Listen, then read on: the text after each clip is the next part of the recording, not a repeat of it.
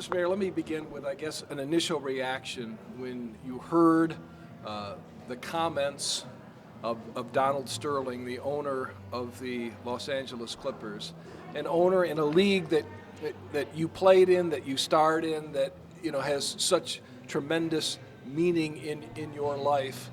What was your reaction when you heard that? Kind of devastated, quite frankly, because at this time in the history of this country, you would think people, especially somebody who has been as successful as he's been, would be much more sensitive to the issues that we're all facing from a race standpoint. Here's a guy, has a black coach, his two star players are black.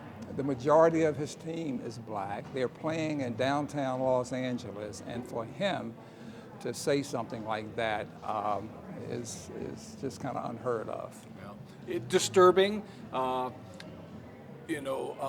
inappropriate. I mean, whatever the adjective, right? It applies. Absolutely. Now, see, I knew Elgin Baylor very well. We were same neighborhood, same high school.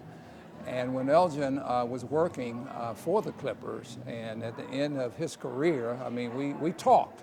And he basically said that, this was not a good guy to work for. I mean, we didn't get into any in-depth conversations about Donald Sterling, but here's a guy now who his teams have been a failure forever, his franchise, and now he's at the cusp of having a really good team that could compete for the championship. Now, I don't know what's going to happen to them. I know they got blown out the other night by Golden State, and I'm sure they're in their mindset is just disarrayed.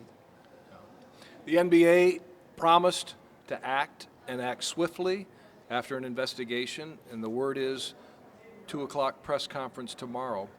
What do you hope the NBA's response to this will be? Well, I don't think a big fine is enough, because here's a guy that's a billionaire or multi-billionaire. But, I mean, it'll hurt him financially to a degree. But they've got to suspend him. I think they suspend players for much less.